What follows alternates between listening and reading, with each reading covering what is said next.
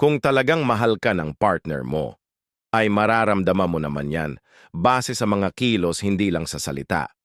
Huwag na huwag ka magsisinungaling sa partner mo kahit sa maliit na bagay. Mas masarap sa pakiramdam na walang tinatago.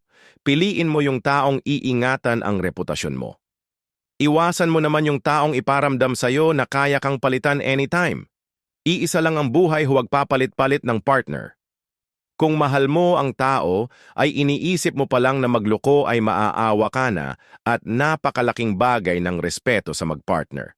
Hindi ka maghahanap ng iba kung talaga mahal mo siya. Mas mabuti maging single ka muna, kaysa naman malaspag ka. Iisa ka lang kaya bago magjowa, establish muna ang sarili bago pag-ibig.